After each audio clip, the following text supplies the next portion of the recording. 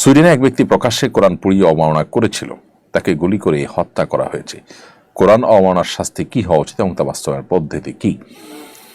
কোরআন কারীম অবমাননা করলে ইসলামিক বিচার ব্যবস্থা থাকলে অবশ্যই তার চরম শাস্তির বিধান তার জন্য রয়েছে। কিন্তু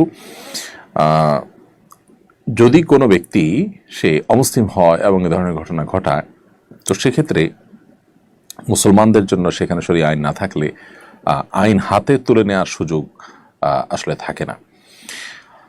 তবে এ ধরনের ব্যক্তি কারো গুলিতে মারা যাওয়া কিংবা কোনো আকস্মিক আরও কয়েক বছর আগে আমরা সম্ভবত ফ্রান্সের কোনো একটি ব্যক্তির কথা শুনেছি যে সড়ক দুর্ঘটনায় সে মারা গেছে এবং অত্যন্ত বাজেভাবে মারা গেছে, এবং সেও এ ধরনের ক্রিয়াকর্ম করেছিল, নবী সাল্লাল্লাহু আলাইহি ওয়াসাল্লাম বর্ণনা করেছিল।